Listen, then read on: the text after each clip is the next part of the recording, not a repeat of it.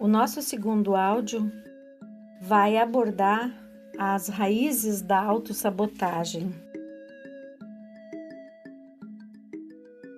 Toda emoção tem uma justificativa para existir. A timidez é uma das armadilhas da mente e também é uma expressão problemática da vergonha. A vergonha pode ser bem necessária no caso das pessoas sem noção, que são indelicadas, porque falta nelas a vergonha para avaliar o que vão expressar, sem a preocupação se vão ou não atingir outra pessoa. A vergonha está associada à empatia. Um pouco de vergonha é saudável, mas quando é excedente, ela pode gerar a timidez, que também é problemática. É o medo de se expor, ligado ao transtorno de personalidade chamado introversão. Só que as pessoas confundem introversão com timidez. Toda emoção exacerbada pode se tornar uma armadilha. O medo tem uma razão de ser. Ele é importante. Quem não tem medo é tolo. O medo alerta sobre possíveis ameaças, mas o medo exacerbado pode paralisar a pessoa e aí se torna uma armadilha da mente.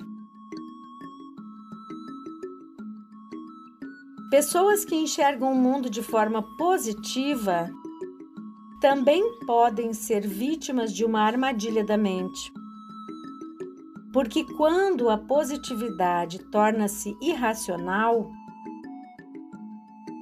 aquela pessoa que acha que tudo é lindo e maravilhoso o tempo todo, e quando encara impactos fortes da vida, como canalice, perfídia, agressão, frieza, pode sofrer danos profundos. Na ciência que estuda cérebro, emoções e comportamentos, existem teorias duais da mente. Dividem o funcionamento do cérebro e mente em dois processos distintos. Essa visão é didática, não é literal, só é usada para facilitar o entendimento. A divisão dos hemisférios chama-se sagital ou medial. Esses hemisférios são interligados por uma estrutura chamada de corpo caloso, estrutura de fibras de axônios, que são a estrutura dos neurônios. A ideia é entender a computação do cérebro e ver que quanto mais fundo, mais primitivas tendem a ser as estruturas.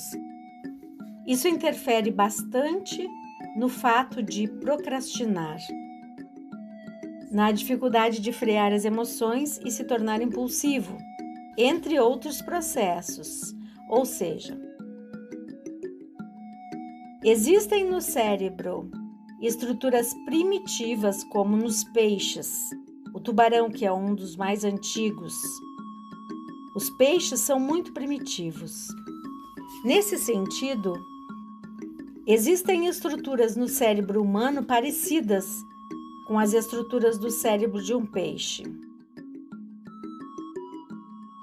Quanto mais profundo se pesquisa o cérebro, mais se encontra estruturas primitivas,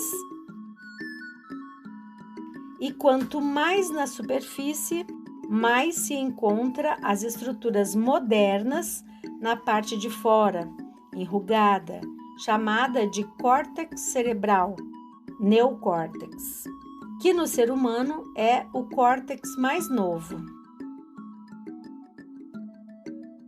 O tronco encefálico é uma das mais primitivas estruturas do cérebro. É básico, porque controla coisas essenciais para a vida. Exemplo, a respiração, que ocorre de forma inconsciente. Isso é feito pelo tronco encefálico. Tanto que quando você tem lesões cerebrais no tronco encefálico, é muito difícil sobreviver.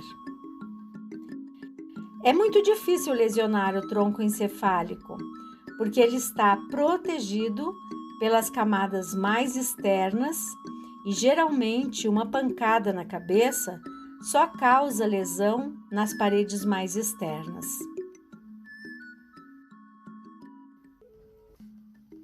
Uma das estruturas mais recentes é a parte da frente do cérebro chamada córtex pré-frontal, que é uma estrutura desenvolvida nos primatas, como nos chimpanzés. No ser humano, o córtex pré-frontal é o mais volumoso da natureza. Nenhum outro bicho tem tão volumoso assim. É o grande diferencial do cérebro humano comparado na neurofisiologia, uma estrutura especialíssima que ajuda a frear as suas emoções. É como um mediador das emoções impulsivas, onde, em vez de escolher comer pizza, resolvemos comer berinjela. O córtex pré-frontal está altamente envolvido no pensar no futuro, no que faremos amanhã, nas consequências, nas funções sofisticadas.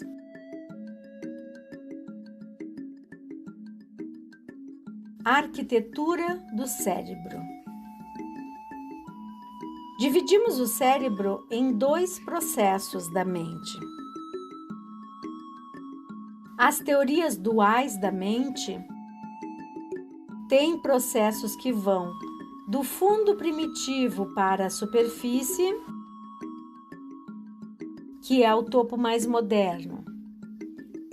Tem processos que se originam na superfície e vão em direção ao fundo primitivo. Exemplo: timidez, dificuldade de interagir nos relacionamentos com as pessoas, fobia social, que vem do primitivo para o topo. Coisas como sequestro emocional, ou seja, uma emoção mais profunda que venha do cérebro primitivo. As emoções se originam no fundo primitivo e, quando ocorre numa intensidade alta, inibem as funções do cérebro e a pessoa perde a consciência. Não é que desmaie, mas age sem pensar. E isso é abordada como a inteligência emocional. Exemplo: um indivíduo, numa conversa, elabora várias decisões na sua cabeça, planeja a conversa, mas nada do que planejou funciona, porque houve um sequestro emocional. As emoções tomaram conta e o indivíduo perde o controle consciente de todo o seu plano. A inteligência emocional é importante porque as emoções fazem parte da vida. É fácil ser frio e analisar a situação de longe, mas difícil interagir no calor das situações. Estes processos que emergem do fundo para a superfície são inconscientes e rápidos. Em geral, não se tem controle sobre eles. As emoções que emergem do fundo primitivo estão fora do controle consciente. Já os processos da superfície para o fundo são mais lentos, menos automáticos, são conscientes, levam mais tempo se processando. E essa é uma fala da arquitetura cerebral, que trata do profundo para a superfície e ao contrário também. São muitas as circuitarias cerebrais. Os processos da superfície para o fundo primitivo são processos frios e os processos do fundo primitivo para a superfície são processos quentes. O autocontrole é a chave do sucesso. No livro Base do Budismo, Dhammapada, livro de disciplina de Buda Siddhartha Gautama, compara a mente como um piloto sobre um elefante. No caso, o elefante representa os processos quentes, do fundo para a superfície. Nesses processos, a pessoa não controla a emoção, não tem estrutura neurofisiológica para controlar as emoções, tipo, a pessoa não consegue desapaixonar de uma pessoa na hora que quer. Não desapega dos alimentos que gosta ou de coisas que detesta. Não consegue detestar o que gosta. A figura do piloto são os processos frios, que têm capacidade de adestrar o elefante e, se bem adestrado, pode corrigir a direção.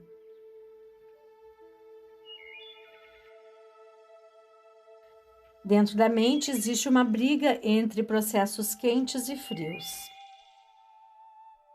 Grande parte das armadilhas que confundem a mente são oriundas da briga entre o piloto e o elefante.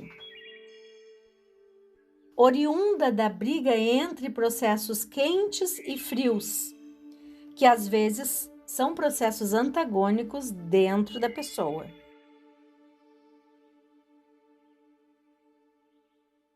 O desejo é profundamente emocional, dá um up, quente, e vai contra uma deliberação consciente. Tipo, eu quero emagrecer. Você resolveu isso. Aí você encontra um chocolate ou um sorvete, vem o desejo e vem o conflito. Só que nesse conflito, quem ganha em geral é o elefante. Então, o processo de autoconhecimento super necessário é um adestramento deste elefante. E para isso, deve ser considerada a natureza da personalidade, o perfil emocional da pessoa, o padrão das emoções na vida da pessoa. Porque as emoções oscilam, às vezes alegre, às vezes triste, às vezes empolgado, etc. Viver a vida faz as emoções oscilarem. É claro que podem ser problemáticas ou muito bruscas, ou até cair para estágios de desânimo ou apatia. E isso pode significar um sinal de alerta. Mas quando pegamos o padrão emocional da pessoa e encontramos o seu perfil emocional, vemos que é profundamente influenciado pela personalidade. A personalidade tem uma raiz muito biológica, inclusive percebido em alguns animais não humanos. E nos humanos, cada traço da personalidade traz um conjunto de padrões emocionais. Tem pessoas que, quando recebem uma notícia ruim, de algo ruim que aconteceu, ficam muito abaladas, de uma forma que às vezes pode durar dias. E isso denota uma instabilidade às coisas negativas e é profundamente influenciado por um traço da personalidade. Existem pessoas ordeiras. Para a boa saúde mental delas, é preciso. Existem pessoas ordeiras. Para a boa saúde mental delas, precisa estar com as coisas arrumadas, senão fica ansiosa, fica mal, fica triste, angustiada. Outras pessoas são mais bagunceiras, não ligam, chegam atrasadas e não se incomodam. Pelo contrário, ficam incomodadas quando colocadas num ritmo, numa rotina muito fixa. E isso tem a ver com a personalidade e com o perfil emocional. Para algumas pessoas, a ansiedade às vezes pode ocorrer por estarem perto da desorganização. Mas para outras, a ansiedade vem quando estão perto de excessiva organização.